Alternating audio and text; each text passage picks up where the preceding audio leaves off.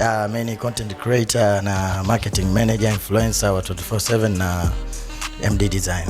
Hiyo content creator, what are you creating?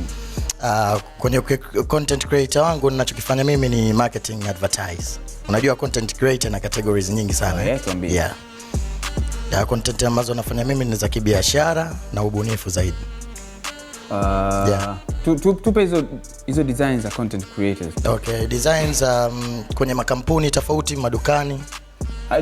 Umetaja content creating ipo na some categories tofauti. Yes. Ndio nataka hizo categories ipi na ipi. Okay, kiupande wangu mimi na deal na content creator, advertise and marketing.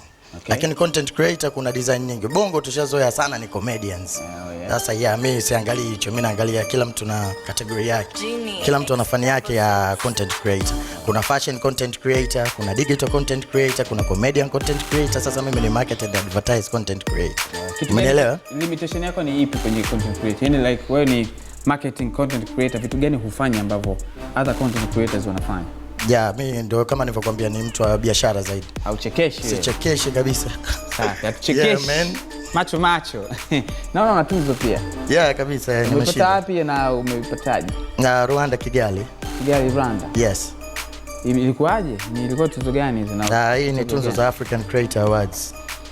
Kama unavyoona. Oh yeah. Can I see it? Can I hold it? Yeah. Hii gold yenyewe.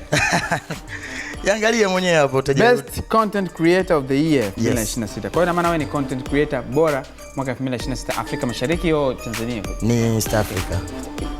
Yes. Nice. Okay. Noma sana mwanangu. Hii kitu ni noma ujue. Kabisa. Asante sana. Ni ya ngapi? Hiyo tuzo yangu ya 4 nadhani sasa hivi. Nyingine ni zipi? Best marketing manager wa Afrika nzima nimeshinda mwaka jana Disemba. Mbona unazibeba sana?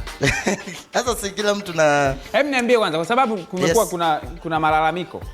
Yes. Kwa watu wengi kuhusiana na hizi tuzo kwamba people are buying tuzo. Yaani ukiwa na if you have money, unaweza kuwa na award nyingi. Na mimi pia nimesense hiyo. Nimesense sana hiyo kwamba watu wananunua tuzo. Sisi tunaamini vipi kama umedeserve kushinda hii tuzo? Haujanunua au hauna connection labda kule Kigali? Sina connection. Tuambie cha kwanza kabisa mimi siombi bali wao wenyewe ndio wananitafuta kuwa nominated. Alafu katika kitu cha pili kwenye maisha wewe usijione wewe uangaliwi. Wengi tuna hicho kitu yani. Kuna watu nje wanakuangalia sana kwa kazi yako.